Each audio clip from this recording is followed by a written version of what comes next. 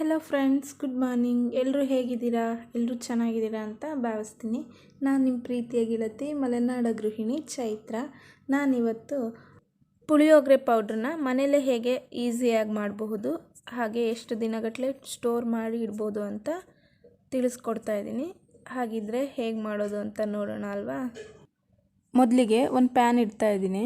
ಪ್ಯಾನ್ಗೆ ಒಂದು 10ರಿಂದ 15 ಮೆಣಸಿಕಾಯಿ ಹಾಕ್ತಾಯಿದ್ದೀನಿ. ಮೆಣಸಿಕಾಯಿ ತುಂಬ ಖಾರ ಇದೆ, ಇದು ಅದಕ್ಕೆ ಕಡಿಮೆ ಹಾಕ್ತಾಯಿದ್ದೀನಿ.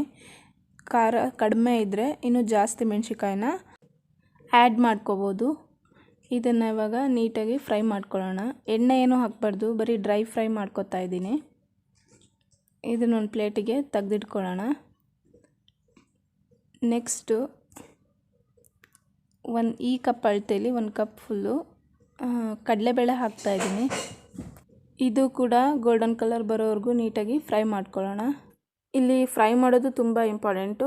ಅರ್ಧಂಬರ್ಧ ಫ್ರೈ ಮಾಡಿದ್ರೆ ಟೇಸ್ಟ್ ಬರಲ್ಲ, ಹಾಗೆ ಸೀದು ಹೋದರೂ ಕೂಡ ಟೇಸ್ಟ್ ಬರಲ್ಲ. ಸೊ ಮೀಡಿಯಮ್ ಫ್ಲೇಮಲ್ಲಿ ನೀಟಾಗಿ ಹುರ್ಕೋಬೇಕಾಗತ್ತೆ. ನೆಕ್ಸ್ಟ್ ಇವಾಗ ಅದೇ ಕಪ್ ಅಳತೆಯಲ್ಲಿ ಎಳ್ಳು ಹಾಕ್ಕೋತಾ ಇದ್ದೀನಿ. ಆ್ಯಕ್ಚುಲಿ ಬ್ಲ್ಯಾಕ್ ಎಳ್ಳು ಹಾಕಬೇಕು, ನನಗೆ ಇಲ್ಲಿ ಬ್ಲ್ಯಾಕ್ ಎಳ್ಳು ಅವೈಲಬಲ್ ಇಲ್ಲ, ಸೊ ವೈಟ್ ಎಳ್ಳೇ ಹಾಕ್ಕೋತಾ ಇದ್ದೀನಿ. ನೆಕ್ಸ್ಟು ಶೇಂಗಾ ಬೀಜ ಹಾಕೋತಾ ಇದ್ದೀನಿ. ಅದೇ ಕಪ್ಪಲ್ಲಿ ಅರ್ಧ ಕಪ್ಪಷ್ಟು ಶೇಂಗಾ ಬೀಜ ಹಾಕೋತಾ ಇದ್ದೀನಿ. ಅದನ್ನು ಕೂಡ ಹಾಗೆ ಮೀಡಿಯಮ್ ಫ್ಲೇಮಲ್ಲಿ ನೀಟಾಗಿ ಫ್ರೈ ಮಾಡ್ಕೊಳ್ಳೋಣ. ಹಾಗೆ ಎಲ್ಲನೂ ನಾನು ಒಂದೇ ಪ್ಲೇಟಿಗೆ ತೆಗೆದಿಟ್ಕೋತಾ ಇದ್ದೀನಿ. ಇವಾಗ 1 ಸ್ಪೂನಷ್ಟು ಮೆಣಸಿನ ಕಾಳನ್ನ ಹಾಕ್ಕೊಂಡು ಹುರಿತಾ ಇದ್ದೀನಿ. ಮೆಣಸಿನ ಕಾಳು ಆದಮೇಲೆ ನೆಕ್ಸ್ಟು 2 ಸ್ಪೂನಷ್ಟು ಜೀರಿಗೆ ಹಾಕ್ಕೋತಾ ಇದ್ದೀನಿ. ನೆಕ್ಸ್ಟು 1/4 ಟೀ ಸ್ಪೂನಷ್ಟು ಮೆಂತ್ಯ ಕಾಳನ್ನ ಹಾಕ್ಕೋತಾ ಇದ್ದೀನಿ. ಇದನ್ನು ಜಾಸ್ತಿ ಹಾಕ್ಕೋಬಾರ್ದು, ಜಾಸ್ತಿ ಹಾಕ್ಕೊಂಡ್ರೆ ಕಹಿ ಬಂದುಬಿಡುತ್ತೆ. ಸೊ 1/4 ಟೀ ಸ್ಪೂನಷ್ಟು ಸಾಕಾಗುತ್ತೆ. ಇವಾಗ ಇದಾಯಿತು. ಇದಾದಮೇಲೆ ಇವಾಗ 1 ಕಪ್ಪಷ್ಟು ಒಣ ಕೊಬ್ಬರಿನ ಹಾಕ್ಕೋತಾ ಇದ್ದೀನಿ. ಅಂದರೆ ಒಂದು ಅರ್ಧ ಬಟ್ಲು ಒಣ ಕೊಬ್ಬರಿನ ಹೆಚ್ಚಿಟ್ಕೊಂಡಿದ್ದೀನಿ. ಅದನ್ನು ಬಿಸಿ ಮಾಡ್ಕೋತಾ ಇದ್ದೀನಿ. ಇದು ಸ್ವಲ್ಪ ಬಿಸಿಯಾದ ನಂತರ ಇದಕ್ಕೇ ಒಂದು ದೊಡ್ಡ ನಿಂಬೆಹಣ್ಣ ಗಾತ್ರದ ಹುಣಸೆ ಹಣ್ಣು ತೊಗೊಂಡಿದ್ದೀನಿ.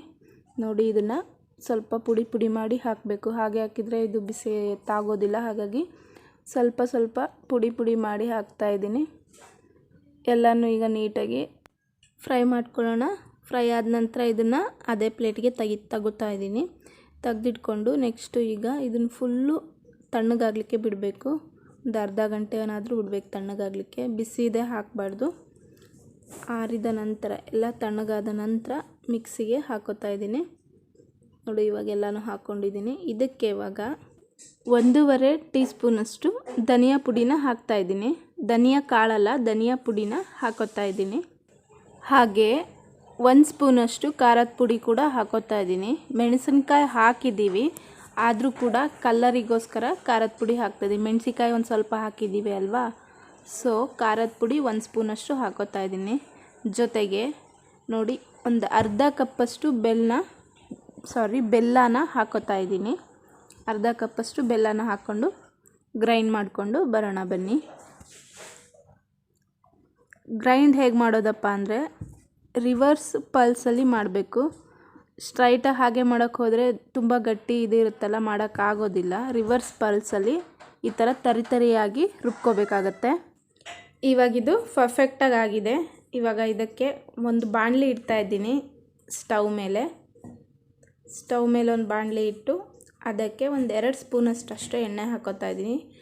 ಈಗ ಎಣ್ಣೆ ಜಾಸ್ತಿ ಹಾಕಬಾರ್ದು, ತುಂಬ ದಿನ ಇಡೋಕ್ಕಾಗೋದಿಲ್ಲ. ಎಣ್ಣೆ ಜಾಸ್ತಿ ಹಾಕಿದರೆ ಒಂಥರ ಸ್ಮೆಲ್ ಬಂದುಬಿಡುತ್ತೆ. ಸೊ 2 ಸ್ಪೂನ್ ಎಣ್ಣೆ ಹಾಕ್ತಾಯಿದ್ದೀನಿ. ಎಣ್ಣೆ ಹಾಕ್ಕೊಂಡು ಅದಕ್ಕೆ ಒಂದು ಅರ್ಧ ಕಪ್ಪಷ್ಟು ಶೇಂಗಾ ಬೀಜ ಹಾಕೋತಾ ಇದ್ದೀನಿ. ಹಾಗೆ ಕರಿಬೇವನ್ನ ಹಾಕೋತಾ ಇದ್ದೀನಿ. ಎರಡನ್ನೂ ನೀಟಾಗಿ ಬಾಡಿಸ್ಕೊಳ್ಳೋಣ. ನಂತರ ಇದಕ್ಕೊಂದು ಸ್ಪೂನು ಎಳ್ಳು ಹಾಗೂ ಒಣಮೆಣಸಿನ್ಕಾಯಿನ ಕಟ್ ಮಾಡಿ ಇಟ್ಕೊಂಡಿದ್ದೀನಿ, ಅದನ್ನು ಕೂಡ ಹಾಕೋತಾ ಇದ್ದೀನಿ. ಈಗ ಎಲ್ಲನೂ ಹೀಗೆ ಸ್ವಲ್ಪ ಫ್ರೈ ಮಾಡೋಣ. ಎಲ್ಲನೂ ಫ್ರೈ ಮಾಡ್ಕೊಂಡಾದಮೇಲೆ ಗ್ರೈಂಡ್ ಮಾಡ್ಕೊಂಡಿದ್ವಲ್ಲ ಪೌಡರು, ಅದನ್ನೆಲ್ಲನೂ ಹಾಕೋತಾ ಇದ್ದೀನಿ. ಎಲ್ಲನೂ ಹಾಕ್ಕೊಂಡು ಒಂದು 5 ನಿಮಿಷ ನೀಟಾಗಿ ಫ್ರೈ ಮಾಡ್ಕೋಬೇಕು. ಈ ಟೈಮಲ್ಲಿ ನಾನು ಅರಿಶಿನ ಪುಡಿ ಮತ್ತು ಉಪ್ಪನ್ನು ಸೇರಿಸ್ಕೋತೀನಿ.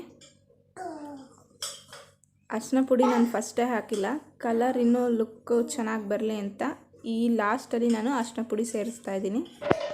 ಹಾಗೆ ಸಾಲ್ಟ್ ಕೂಡ ಹಾಕೋತಾ ಇದ್ದೀನಿ. ಸಾರಿ, ಸಾಲ್ಟ್ ಹಾಕಿದ್ದು ವಿಡಿಯೋ ಸ್ಕಿಪ್ ಆಗಿದೆ, 1 ಸ್ಪೂನಷ್ಟು ಸಾಲ್ಟ್ ಹಾಕ್ಕೊಂಡಿದ್ದೀನಿ. ಇವಾಗ ಇದನ್ನೆಲ್ಲನೂ ಒಂದು 5 ನಿಮಿಷದಷ್ಟು ಲೋ ಫ್ಲೇಮಲ್ಲಿ ನೀಟಾಗಿ ಬಾಡಿಸ್ಕೊಳ್ಳೋಣ. ಹಸಿ ವಾಸನೆ ಎಲ್ಲ ಹೋಗೋವರೆಗೂ ನೀಟಾಗಿ ಬಾಡಿಸ್ಕೊಳ್ಳೋಣ.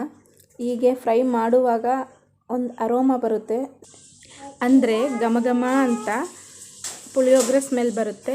ಆ ಸ್ಮೆಲ್ಲಿಂದನೇ ನೀವು ಕಂಡುಹಿಡಿಬೋದು ನಾವು ಮಾಡಿರೋ ಅಂಥ ಟೇಸ್ಟ್ ಪರ್ಫೆಕ್ಟಾಗಿ ಬಂದಿದೆ ಅಂತ. ಇವಾಗ ಇದನ್ನು ಒಂದು ಏರ್ ಕಂಟೆಂಟ್ ಬಾಕ್ಸಲ್ಲಿ ಸ್ಟೋರ್ ಮಾಡಿಡೋಣ. ಇದನ್ನು ನಾವು ಸುಮಾರು ತಿಂಗಳುಗಟ್ಟಲೆ ಸ್ಟೋರ್ ಮಾಡಿ ಇಡ್ಬೋದು, ಏನೂ ಆಗೋದಿಲ್ಲ. ಇವಾಗ ಪುಳಿಯೋಗರೆನ ಹೇಗೆ ಮಾಡ್ಕೊಳ್ಳೋದು ಅಂತ ನೋಡೋಣ ಬನ್ನಿ. ಮತ್ತೆ ಇದೇ ಬಾಣಲಿನ ಇಡ್ತಾಯಿದ್ದೀನಿ. ಇದಕ್ಕೆ ಇವಾಗ 3 ಸ್ಪೂನಷ್ಟು ಆಯಿಲ್ ಹಾಕ್ಕೊಂಡಿದ್ದೀನಿ. ಹಾಗೆ ಶೇಂಗಾ ಒಂದು ಅರ್ಧ ಸ್ಪೂನಷ್ಟು. ಎಲ್ಲನೂ ಮೊದಲೇ ಹಾಕಿರ್ತೀವಲ್ಲ, ಸೊ ಕ್ವಾಂಟಿಟಿ ಎಲ್ಲ ಸ್ವಲ್ಪ ಸ್ವಲ್ಪನೇ ಹಾಕೋತಾ ಇದ್ದೀನಿ. ಸೇಮ್ ಮಾಮೂಲಿ ಒಗ್ಗರಣೆ ಹಾಕೋಕ್ಕೆ ಶೇಂಗಾ, ಸಾಸಿವೆ, ಉದ್ದಿನಬೇಳೆ, ಮೆಣಸಿನ್ಕಾಯಿ, ಕರಿಬೇವು, ಹಾಗೆ ಒಂದು 4 ಪೀಸಷ್ಟು ಬೆಳ್ಳುಳ್ಳಿನ ಜಜ್ಜಿಟ್ಕೊಂಡಿದ್ದೀನಿ. ಆ ಬೆಳ್ಳುಳ್ಳಿನ ಹಾಕ್ಕೊಂಡು ಬಾಡಿಸ್ಕೊತಾ ಇದ್ದೀನಿ. ಬಾಡಿಸ್ಕೊಂಡು ನಂತರ ಇದಕ್ಕೆ ನಾವು ಮಾಡಿಟ್ಕೊಂಡಂತಹ ಪುಳಿಯೋಗರೆ ಪೌಡ್ರನ್ನ 2 ಸ್ಪೂನ್ ಹಾಕೋತಾ ಇದ್ದೀನಿ. ನಾನಿವಾಗ ಕ್ವಾಂಟಿಟಿ ಅಂದರೆ ಒಂದು 3 ಮೆಂಬರ್ಸ್ ತಿನ್ಬೋದು, ಆ ಕ್ವಾಂಟಿಟಿಲಿ ಪುಳಿಯೋಗರೆ ಮಾಡ್ತಾಯಿದ್ದೀನಿ. ನಮ್ಗೆ ಎಷ್ಟು ಬೇಕು ಅನಿಸುತ್ತೋ ಅಷ್ಟು ಜನಕ್ಕೆ ಮಾಡ್ಕೋಬೋದು. ಪುಳಿಯೋಗರೆ ಪೌಡರ್ ಹಾಕಿದ ಮೇಲೆ ತುಂಬ ಹೊತ್ತು ಸ್ಟವಲ್ಲೇ ಬಿಡಬಾರ್ದು. ಒಂದು 5 ಸೆಕೆಂಡ್ ಬಾಡಿಸ್ಬಿಟ್ಟು ಆಫ್ ಮಾಡಬೇಕು. ಆಫ್ ಮಾಡಿ ನಂತರ ನಾನು ಈ ಕಡೆ ರೈಸ್ ಮಾಡಿಟ್ಕೊಂಡಿದ್ದೆ, ಆ ರೈಸ್ನ ಹಾಕೋತಾ ಇದ್ದೀನಿ. ರೈಸ್ನ ಹಾಕ್ಕೊಂಡು ನೀಟಾಗಿ ಕಲಿಸ್ಕೊಂಡು ಒಂದು ಕಡೆಯಿಂದ ಮೇಲೆ ಸ್ವಲ್ಪ ಕೊತ್ತಂಬರಿ ಸೊಪ್ಪನ್ನ ಹಾಕ್ಕೊಂಡ್ರೆ ಪುಳಿಯೋಗರೆ ರೆಡಿ ಆಯಿತು. ಅಂದರೆ ಮಕ್ಳಿಗೆ ಕಳ್ಸೋಕ್ಕೆ, ಬೆಳಗ್ಗೆ ಟೈಮ್ ಸ್ಕೂಲಿಗೆ ಕಳ್ಸೋಕ್ಕೆ ಟೈಮ್ ಇರಲ್ಲ ಅಲ್ವಾ, ಈ ಥರ ಪುಳಿಯೋಗರೆ ಪೌಡ್ರ್ ಮಾಡಿಟ್ಕೊಂಡ್ರೆ ಇನ್ಸ್ಟೆಂಟಾಗಿ ಈಗ ಲಾಸ್ಟಲ್ಲಿ ಮಾಡಿದ್ನಲ್ಲ ಈ ಥರ ಒಗ್ಗರಣೆ ಹಾಕಿ ಬೇಗ ಪುಳಿಯೋಗರೆ ಮಾಡ್ಕೋಬೋದು. ಐ ಹೋಪ್ ಈ ರೆಸಿಪಿ ನಿಮಗೆ ಇಷ್ಟ ಆಯಿತು ಅಂತ ಅನ್ಕೋತೀನಿ. ಹಾಗೆ ಯಾರೆಲ್ಲ ನನ್ನ ಚಾನಲ್ನ ಇನ್ನೂ ಸಬ್ಸ್ಕ್ರೈಬ್ ಮಾಡದೆ ನೋಡ್ತಿದ್ದೀರೋ ಪ್ಲೀಸ್ ಸಬ್ಸ್ಕ್ರೈಬ್ ಮಾಡಿ, ಲೈಕ್ ಮಾಡಿ, ಶೇರ್ ಮಾಡಿ ಫ್ರೆಂಡ್ಸ್. ನಿಮ್ಮೆಲ್ಲರ ಸಪೋರ್ಟ್ ನನಗೆ ಖಂಡಿತ ಮುಖ್ಯವಾಗಿರುತ್ತೆ. ಸೊ ಎಲ್ಲರೂ ಸಬ್ಸ್ಕ್ರೈಬ್ ಮಾಡಿ, ಲೈಕ್ ಮಾಡಿ, ಶೇರ್ ಮಾಡಿ ಫ್ರೆಂಡ್ಸ್. ಹಾಗೆ ನೆಕ್ಸ್ಟ್ ರೆಸಿಪಿಯೊಂದಿಗೆ ಮತ್ತೆ ಬರ್ತೀನಿ. Thank you for watching. Bye.